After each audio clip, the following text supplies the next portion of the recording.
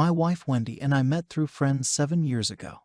Dated for 2 years and have been married for 5 years. I worked my tail off as an associate at my firm, putting in 60 hours a week for the first 2 years of our marriage. That effort paid off and I'm doing well professionally. Wendy was a teacher at a private school, but as soon as we got married, she quit so she could go back to school for her master's in education and is currently in an educational doctoral program while working part-time. This was a bit of financial strain, since I wanted to pay off my student loans as quickly as possible, but we managed. My wife had an old laptop that she was using when we started dating. I found it in a box in a closet. She said it crashed and wouldn't work any longer. I plugged it in, tried to turn it on. Nothing. When we met, Wendy took pictures of everything, primarily selfies of her with others. Knowing that she must have had some pictures of us from that time, I yanked the hard drive and looked at it. It seemed okay. The problem must have been somewhere else. Wanting to surprise her with pictures of when we first started dating, I waited until she left to go visit her sister before I plugged it into a SATA cable connector to my PC. There were pictures there, plenty of pictures. Some were of us on dates,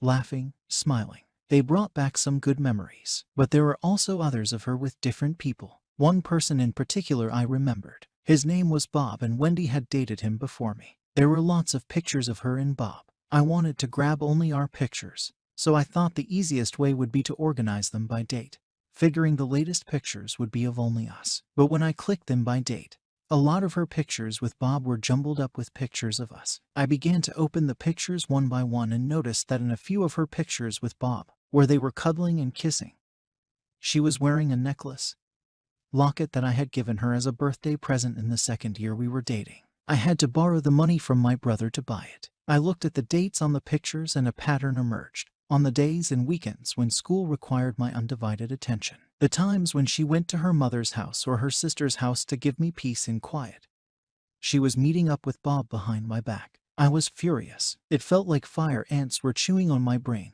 my heart, and my guts. I wanted to punch through the walls, but then something snapped and I went numb. I began to see and think in very cold, analytical terms. I copied all of her pics, all of them, not just those I'd seen, to a flash drive. I packed a bag, grabbed some suits, took the thumb drive and went to stay with my brother across town. I left her laptop hard drive plugged into my PC with a picture of her kissing Bob on the monitor. The only note I left behind was a sticky note with an arrow on it pointing to the necklace locket. Wendy tried to call me from her mother's house, but I didn't answer. It wasn't until a few hours later, after she presumably got back to our apartment and saw the picture on the monitor, that she blew up my phone with VMs and texts. I ignored them all. I've already met with another associate who works in the family law department about separation and divorce. We have no children or real property, since a lot of our money went to paying off my loans and for her tuition. My firm circled the wagons around me so her calls go to VM. She's not allowed onto the property. Wendy tracked me down at my brother's house, but he made it clear to her on the phone that if she tries to come over, he'll set his Dobermans on her. He told me she was screaming, sobbing, and begging on the phone. It didn't make me sad or happy or anything. I felt nothing. My marriage is over. I've accepted that. But it's been 2 days and I still feel nothing. No pain, no anger, nothing. How is it possible that I have no more feelings for her? No desire to ever see her again. No desire to reconcile. Now that I'm alone with my thoughts, feeling this nothing for her scares me. Is this going to last? Am I still in shock? Am I permanently broken? The upside is that I've never seen clearer solutions in my cases. Key date #1. First, let me thank everyone for your replies. I'm overwhelmed by the positive responses and want to thank everyone who's experienced the same numbness for sharing with me. It helps to know that it's a normal response. I'll look into individual counseling in the near future. The associate at my firm handling my case, let's call her Gail, reviewed the other pictures on the flash drive and found quite a few where Wendy is cuddling, kissing Bob, and the engagement ring I gave her is easily discernible. When I was told this, I didn't feel any pain or anger, only elation. I smiled. Oddly enough, I asked Gail why this awful news made me happy. She said that it's because it vindicates every action I've taken since I left.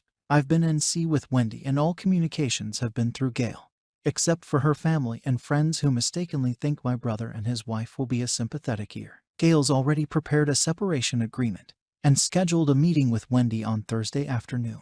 Gail made it clear to Wendy that if she isn't represented by counsel, then I won't be attending. A word about Gail. I can't post her firm nickname.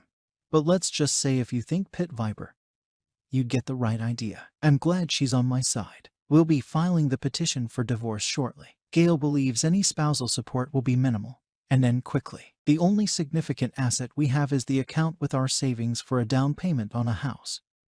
But it's a dual signature account with no ATM access. My Sil went over to my apartment when Wendy was supposed to be at her part-time job to grab more of my clothes and personal items. She ended up listening to Wendy for a couple of hours. The Redditor who said Wendy would straight up lie about pretty much everything nailed it. The whole time Sil was packing up my stuff, Wendy was telling one easily provable lie after another, getting nowhere. Wendy asked Sil, "Isn't there a guy in your background that just gets inside your head and you can't say no?" So, I guess that's my answer to why she cheated. Bob is a Jedi and Wendy is weak-minded. By the way, Sil did answer her question. Yes, I married him. Spending time with my brother's family has kept me from feeling isolated. My nephews are crushing me in video game and I'm enjoying every second of it. Work's going great and the partner who oversees my department stopped by to tell me that he's really proud of how I haven't let this personal issue negatively affect my work.